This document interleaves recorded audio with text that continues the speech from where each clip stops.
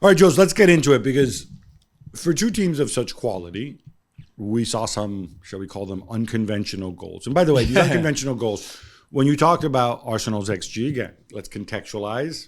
Some of those are very high XG goals because there's very freakish results, right? I have to start with Alisson, who I think had a really poor game. And I'm a huge Alisson fan. I think he's a phenomenal goalkeeper. All those years when people said, no, Ederson's is better. And I said, no, you're not. Sledgehammer to the head, Alisson's better. He's not only very handsome, although that's not him in that video, which many people saw, but they can't admit to having watched. That's an actor. You said on the first goal, it's not down to him. The first goal? Yeah. No, I said the third goal, the Trossard goal. The first goal, what else can he do? He blocks Havertz's shot. I think there's an argument to be made that he's well out of his goal. Yeah, but he saves the shot.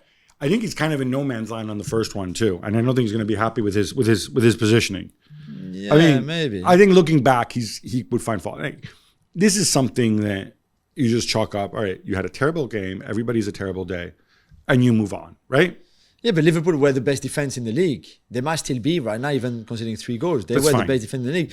I just don't understand. I mean, the Van Dijk debate. But that's what I wanted to get to about Van Dijk. Because Alisson, I think, is still on Alisson's level. He just had a terrible game. Yeah. Van Dijk is older than Alisson. And also there is some question. He's had ups and downs. He's had injuries over the last 4 or 5 years. He seemed to really struggle in this game. Yeah. Yeah, he really struggled. I don't. Nathan Manu, yesterday we were on the radio together, and he said that Van Dijk was back to his best or was having a really good season. Which, not based on that game. You didn't say that. Before the game. Right. Before the game.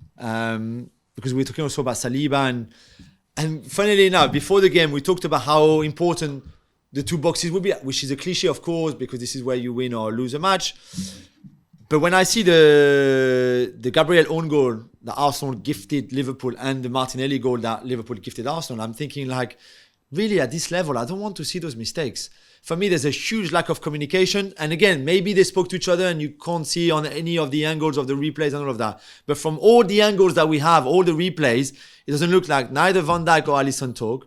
Raya or Saliba don't talk to each other either. And it's clearly like, okay, I'm having the ball, you're having the ball, you're not sure. And in the end, it's easy for Luis Diaz to poke it, and he gets a bit lucky then. And it's easy for Van Dijk and Alisson to just miss the ball completely. How can you miss a ball?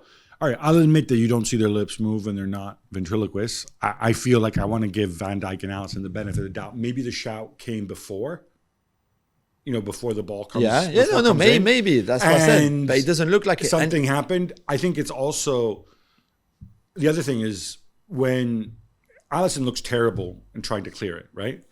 But it's also because he actually kicks Van Dijk. Yeah, but I think Van Dijk gets pushed into his pass. Yeah, but he misses the ball because I think he's scared to kick Van Dijk. So in the end, he doesn't go for the ball. He only half kind of kicks, goes towards the ball. He ends up touching Van Dijk a little bit, not the ball, because I think he's scared that he would actually barge completely into Van Dijk. Or you could say Van Dijk is pushed into his path. But what's wrong with Van Dijk just blocking Martinelli and letting Alisson clearing the ball? I don't understand what Van Dijk is doing. I think he tries to do that, and I don't think he shorts his feet out, actually. Because if you block somebody, obviously you need to have... Obviously, he's a bigger, stronger guy than Martinelli. But if you look, I don't think his footwork is great, and I don't think he feels he has the leverage, and he doesn't sort his feet out well enough. And I'm giving them the benefit of the doubt. I do think, as Liverpool turn the page, so to speak, with Klopp leaving... You wonder if maybe they aren't thinking about succession, investing in new center backs. Obviously, there's a Mo Salah issue as well. He's going to have 1 year left. I mean, both Van Dijk and Salah have 18 months left on the contract. And I wonder if this is where you make a tough decision. Right? It's always an issue. What do you do when your superstar gets older? Yeah. Maybe he's not at that point. You said he had been playing better this season. I don't think he's back to his pre-injury levels. No, I agree. And I don't think he's also been helped, and we have to give him an out here, by the fact that there's no defensive midfielder anymore. I mean, Alexis McAllister, I thought actually played relatively well, but it's still not his thing. Yeah, no, and then this season, I think we need to view that through that lens, because especially the way Liverpool play, we really should be thinking of like a triangle there, right? Because the fullbacks push on. On the Gabriel one, obviously we're going to blame Raya more than we blame Saliba. I still think there was so much luck in the way, and credit Diaz for believing and keeping after and making his own luck. And also the way the ball hits Gabriel's hand. Yeah, it's a free goal. It is an absolute free goal against the run of play, as you said, just before the break, which could have, I think, knocked Arsenal's confidence completely, considering how dominant they were in that first half. I don't know. But I think Saliba's movement is great. He reads the situation so well. He comes across Diaz. Maybe if he's not a ball playing centre back, and he's in a ball playing team, maybe he kicks the ball for a throw, and that's fine. But instead, he wants to keep the ball in play for Raya to come and collect it. Right. And again, I don't think they talk to each other. And this case of like, I'm waiting for you to go. It's a split second. And Diaz is really sharp, to be fair to him, to go round and then toe poke the ball. I don't know, because I think Saliba does a lot of good thing in that incident. And in the end, he's also partly to blame. Whether you blame more Raya or him, it doesn't matter. But he's partly to blame for the goal, for the mistake.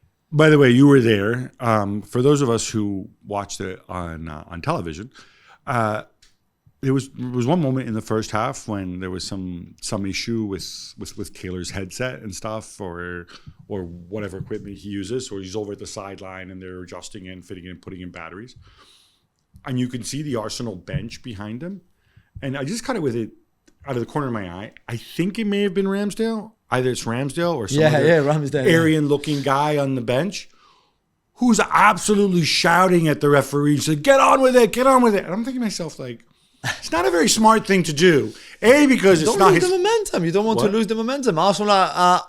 Oh yeah, because it's really going to make the poor man or woman who's fixing his equipment. It's really going to make them... It's really going to make them work faster. No, it's only going to annoy them. It's nothing. It's going to delay things further. Seriously. Get on with it.